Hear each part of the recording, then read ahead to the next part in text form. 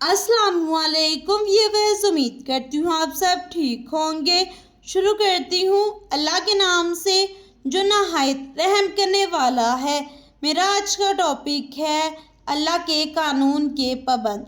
सूरतुर रहमान कुरान पाक की वो सूरत है जो लफ्ज़ रहमान से शुरू होती है, जिसमें शुरू से आखिर तक अल्लाह ताला की सिफ़ात बयान की गई हैं।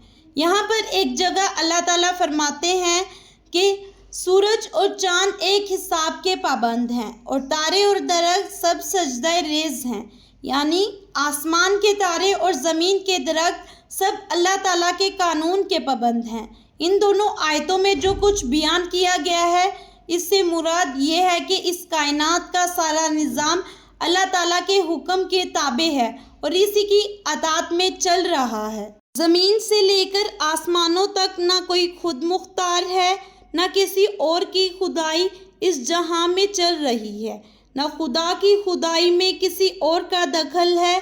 हम सब अल्लाह ताला के भेजे गए हैं और वो एक वाहिद तन्हा हर शय पर कादिर है।